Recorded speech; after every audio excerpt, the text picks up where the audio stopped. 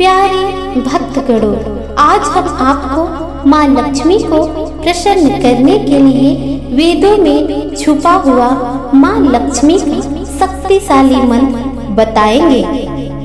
आपसे निवेदन है कि मंत्र को बीच में ना छोड़ें और अगर आप इसका 108 बार उच्चारण नहीं कर सकते तो अपने घर में मोबाइल चलाकर मंत्र का पूरा उच्चारण अवश्य सुनें। ओम ह्रीं श्रीं क्रीं श्रीं कुबेराय अष्टलक्ष्मी मम गृहधनं पुरय पुरय नमः। ओम ह्रीं श्रीं क्रीं श्रीं कुबेराय अष्टलक्ष्मी मम गृहधनं पुरय पुरय नमः। ओम ह्रीं श्रीं क्रीं श्रीं कुबेराय अष्टलक्ष्मी मम गृहधनं पुरय पुरय नमः। ओम ह्रीं श्रीं क्रीं श्रीं कुबेराय अष्टलक्ष्मी मम गृहधनं पुरय पुरय नमः। ओम ह्रीं श्रीं क्रीं श्रीं कुबेराय अष्टलक्ष्मी मम गृहधनं पुरय पुरय नमः। ओम ह्रीं श्रीं क्रीं श्रीं कुबेराय अष्टलक्ष्मी मम गृहधनं पुरय पुरय नमः। ओम ह्रीं श्रीं क्रीं श्रीं कुबेराय अष्टलक्ष्मी मम गृहधनं पुरय पुरय नमः। ओम ह्रीं श्रीं क्रीं श्रीं कुबेराय अष्टलक्ष्मी मम गृहधनं पुरय पुरय नमः।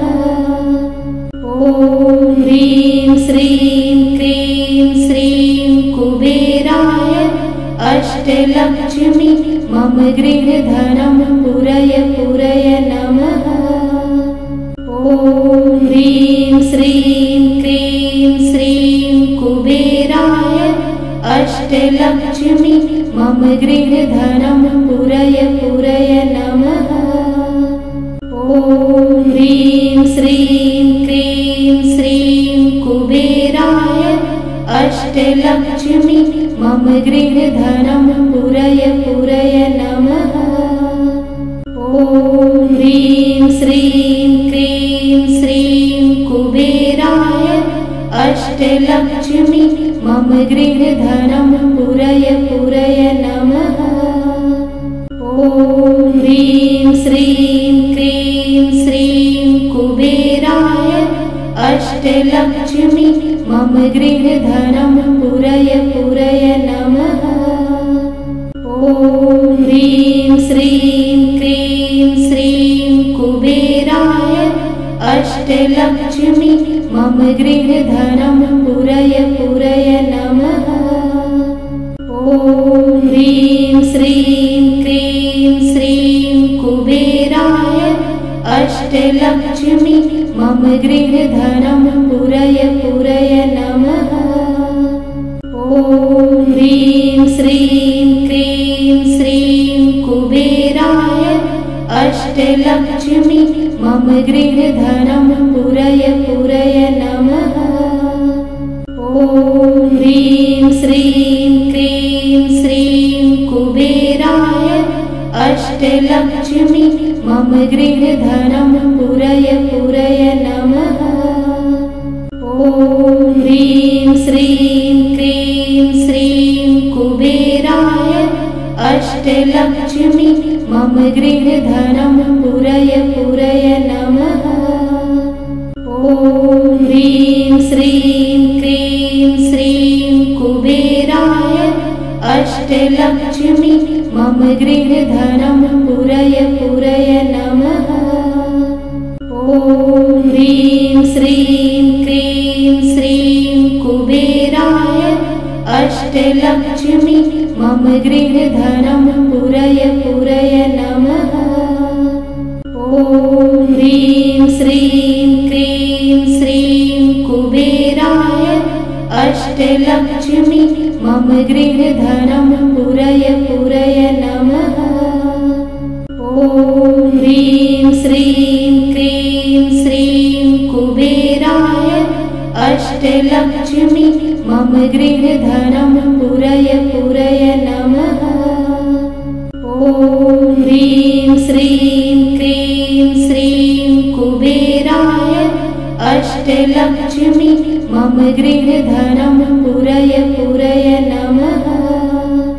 ॐ ह्रीं श्रीं क्रीं श्रीं कुबेराय अष्टलक्ष्मी मम गृहधनं पूरय पूरय नमः।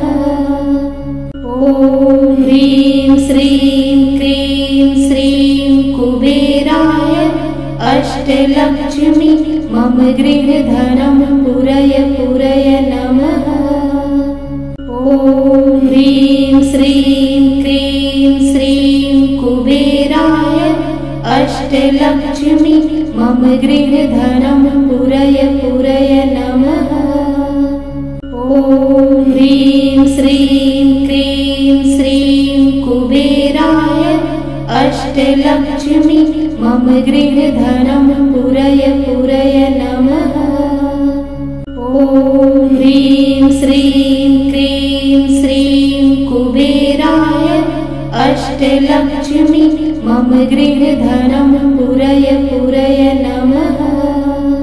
ॐ ह्रीं श्रीं क्रीं श्रीं कुबेराय अष्टलक्ष्मी मम गृहधनं पूरय पूरय नमः। ॐ ह्रीं श्रीं क्रीं श्रीं कुबेराय अष्टलक्ष्मी मम गृहधनं पूरय पूरय नमः। ॐ ह्रीं श्रीं क्रीं श्रीं कुबेराय अष्टलक्ष्मी मम गृहधनं पूरय पूरय नमः। ॐ ह्रीं श्रीं क्रीं श्रीं कुबेराय अष्टलक्ष्मी मम गृहधनं पूरय पूरय नमः। ॐ ह्रीं श्रीं क्रीं श्रीं कुबेराय अष्टलक्ष्मी मम गृहधनं पूरय पूरय नमः। ॐ ह्रीं श्रीं क्रीं श्रीं कुबेराय अष्टलक्ष्मी मम गृहधनं पूरय पूरय नमः। ॐ ह्रीं श्रीं क्रीं श्रीं कुबेराय अष्टलक्ष्मी मम गृहधनं पूरय पूरय नमः। ॐ ह्रीं श्रीं क्रीं श्रीं कुबेराय अष्टलक्ष्मी मम गृहधनं पूरय पूरय नमः। ॐ ह्रीं श्रीं क्रीं श्रीं कुबेराय अष्टलक्ष्मी मम गृहधनं पूरय पूरय नमः। ॐ ह्रीं श्रीं क्रीं श्रीं कुबेराय अष्टलक्ष्मी मम गृहधनं